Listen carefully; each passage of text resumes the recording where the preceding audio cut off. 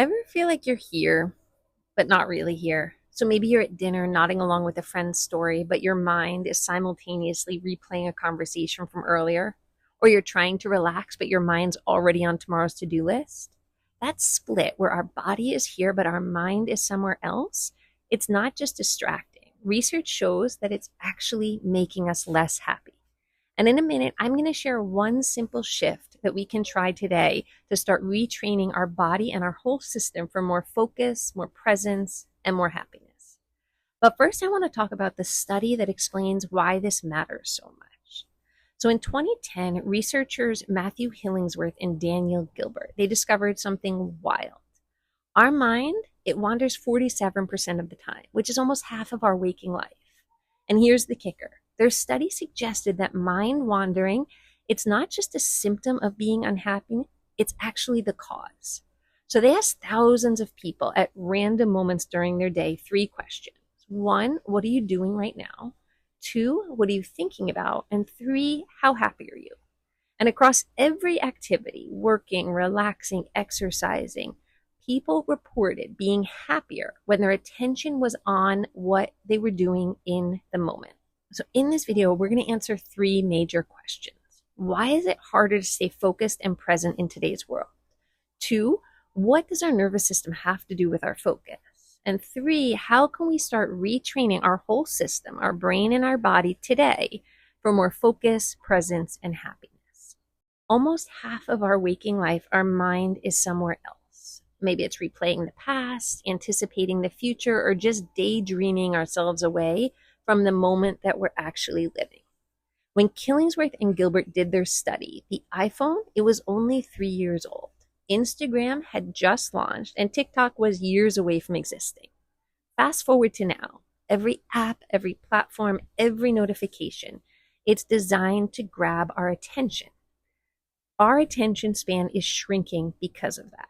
In 2000, our average attention span was about 12 seconds. Today, it's closer to 8 seconds, which is shorter than a goldfish's attention. On screens, it's even worse. In 2004, we could focus for about 2.5 minutes before switching tasks. Now, 47 seconds.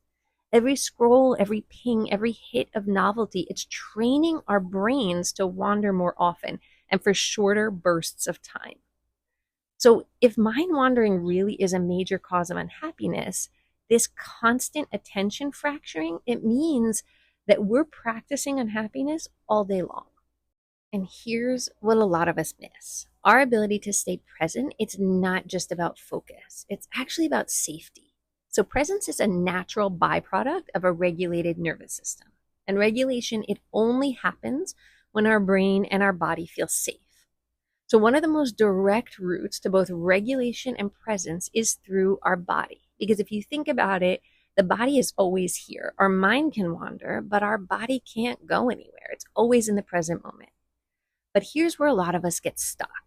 When we've experienced traumatic or chronic stress, which is more common than most of us think, then anchoring in our body, it can actually backfire because the interoceptive signals, which are the cues from inside our body, those can get distorted after trauma. They might feel way too loud or way too quiet, almost like impossible to detect. Either of those extremes makes tuning inward feel overwhelming and dysregulating. And trauma and chronic stress, they don't just change our body, they change our attentional network in our brain. That attentional network, it can get stuck, like hyper-focused on cues that make us feel worse. This is called physiological preoccupation. So the real question becomes, how can we support our system so that anchoring in our body feels regulating instead of dysregulating? Because once we're regulated, then our attention, it naturally becomes more focused and more fluid. So even though Killingsworth and Gilbert's study made it clear that we're happiest when we're focused, we also have to understand the role that our nervous system plays and how to retrain both our attention and our nervous system so that they can work together to create a more fluid, embodied, focused presence. So now we know we can't be fully present, not in any sort of comfortable, embodied way, when our nervous system is dysregulated. But here's the thing. Our body, it still remains one of the most powerful anchors for our attention. It helps us stay connected to what we're doing when we're doing it. So if tuning into your body feels overwhelming, I want you to start with your outward facing senses. This is called exteroception. So you might notice the colors and the shapes around you, or feel the texture of your clothing as it sits on your skin or your hair under your fingertips, or listen to the furthest sound that you can hear. So let's practice it now together.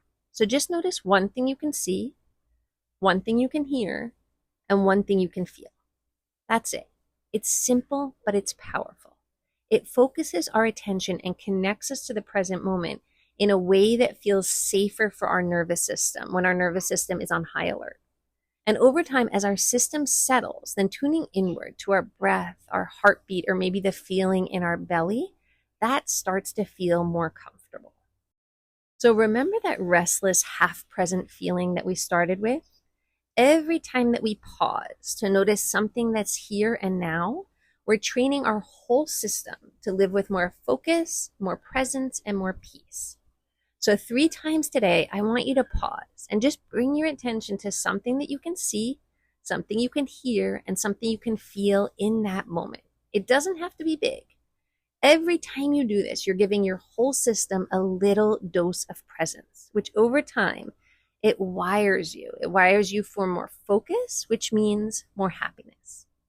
And remember, lasting change, it doesn't come from big, flashy, dramatic practices. It comes from small, consistent effort over time. And I know that that's not exciting, but it is effective. And if you want more of a step-by-step way to work with your nervous system, you can download my free guide in the description below. It's called the Nervous System Reset.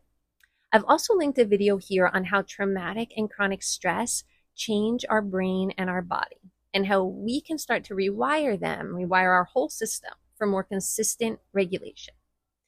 And I know we hear this all the time on YouTube, so it's easy to tune it out.